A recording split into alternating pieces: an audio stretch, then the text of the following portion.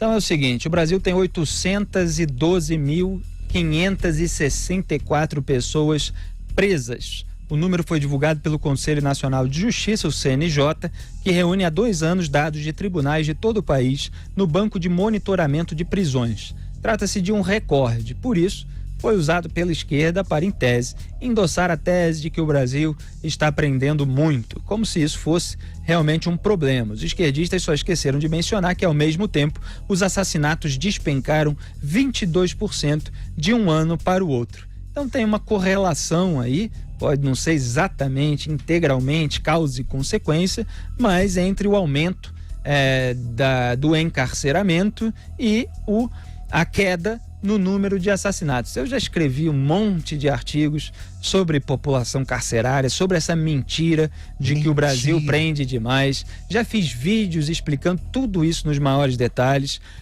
Se vocês quiserem um artigo para ler em detalhes que resume tudo que eu já escrevi sobre isso, tem O Desafio de Sérgio Moro, que eu escrevi na virada do ano ali, porque era tudo aquilo que o ministro da Justiça e Segurança Pública iria encarar. Está disponível no site da Jovem Pan, O Desafio de Sérgio Moro. Então eles sempre vêm, como Marcelo Freixo, que uma vez escreveu um artigo no Globo chamado Prisão é um mau negócio. Essas são as teses do PSOL, entendeu? É a tese do desencarceramento.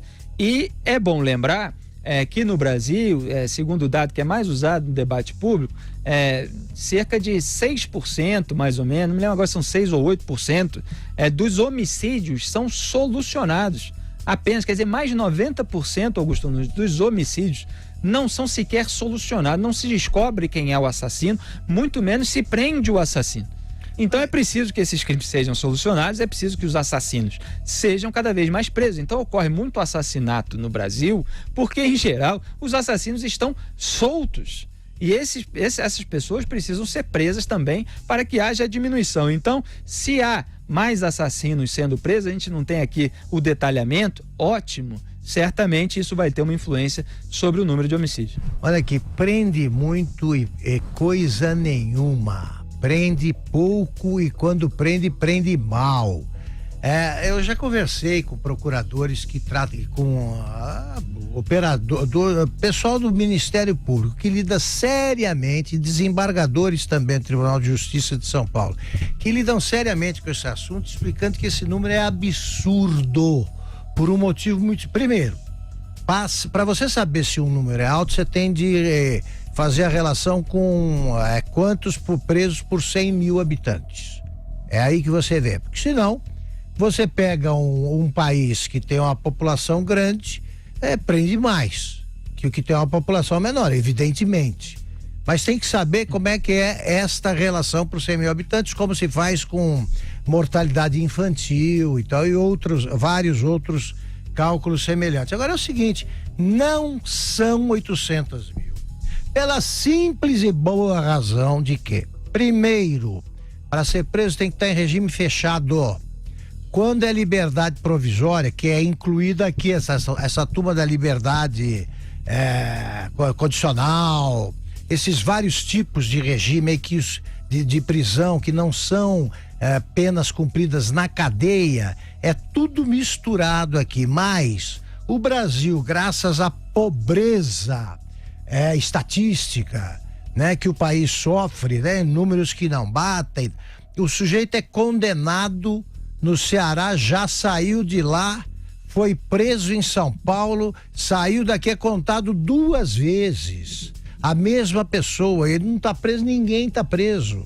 Eu estou aqui arrolando dados ao acaso, para que vocês juntem, só para dizer o seguinte, não há 812.500, né? 812.500. Houve um aumento, mas é um aumento em cima daqueles dados que já eram inflados. Final, porque quando aparecia o número de 600, os levantamentos sérios reduziam a 300, gente. É isso. Exatamente. No programa Roda Viva, quando era apresentado pelo nosso compadre Augusto Nunes, o desembargador Edson Brandão, do Tribunal de Justiça de São Paulo, isso foi em fevereiro de 2018, ele exibiu lá o número de presos apenas em regime fechado e disse o seguinte, abro aspas, eu peguei hoje no site do CNJ, Conselho Nacional de Justiça, isso aqui, olha, é oficial. Nós temos no regime fechado no Brasil 309.126 pessoas. O Brasil tem uma população de 208 milhões e é o país que matou 64.500 e poucas pessoas no ano passado. O país que mais mata no mundo tem isso aqui. Ele estava exibindo o papel com o número de presos em regime fechado, na verdade. Encarceramento em massa onde? Fecho aspas aqui para o desembargador Edson Brandão. Ele estava perguntando. E eu, nesses artigos e vídeos que eu já fiz a respeito, eu distingo, que é uma coisa que não se distingue no debate público, é uma confusão, uma histeria o debate público no Brasil, a gente tenta colocar os pingos nos is. Existe uma diferença entre superpopulação carcerária ou superpopulação penitenciária e encarceramento em massa. O fato de haver alguns presídios superlotados não quer dizer que há um encarceramento em massa no país, porque simplesmente pode haver menos presídios, menos vagas do que aquelas que deveriam haver para comportar todos os criminosos condenados. Então, são coisas diferentes que o pessoal dessa esquerda radical, militante, que acabou prevalecendo no Brasil nos últimos anos, o pessoal gosta de misturar para pregar o desencarceramento, principalmente daqueles que cometem delitos que eles consideram que devem ser descriminalizados. Zé Maria Trindade. Ninguém defende encarceramento, ninguém defende prisão em massa, defende a proteção da sociedade e uma forma de dizer, olha, se você cometer crime, você será punido. Eu defendo esta atitude, eu defendo que ao cometer um crime, nós chegaremos lá, talvez, né? O bandido tem a certeza da punibilidade, mesmo que seja 1 ano.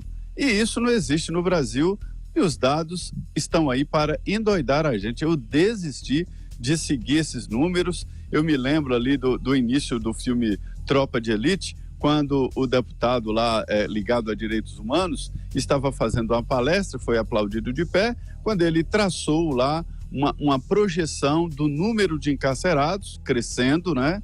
E fez uma comparação que projetando para anos na frente, se continuasse assim, nós teríamos mais presos, mais pessoas presas do que pessoas soltas. Quer dizer, ele conseguiu provar através de números de que isso aconteceria. Veja bem que manicômio que os dados no Brasil. Não existe nenhuma relação do que acontece no estado com o outro, o tipo de declaração ali é diferente. Nós estamos caminhando agora e o ministro Sérgio Moro está acelerando esse processo de unificação de dados, e aí nós saberemos inclusive vários dados que cada estado faz de um jeito. Às vezes um município faz um tipo de ocorrência, registra de um jeito, então nós não temos número. Não existe encarceramento exagerado. Existe uma falta de punibilidade no Brasil e isto é muito evidente. Eu volto a dizer aqui de que não adianta aumentar as penas, tem que fazer os bandidos cumprirem as penas pelas quais foram condenados. E pronto, a gente vê o constrangimento de famílias que tiveram membros aí assassinados, né? Crimes contra eles, aí chega na padaria, tá o sujeito lá, solto, né? Rouba sua casa num dia, você dá queixa, se expõe, vai lá, no outro dia encontra com ele na rua. Isso é um constrangimento. Então, sobre esse negócio aí, se está encarcerando de mais ou de menos, eu não confio em número. O que eu quero e defendo é que, gente, tem que parar com essa história de passar a mão na cabeça de bandido.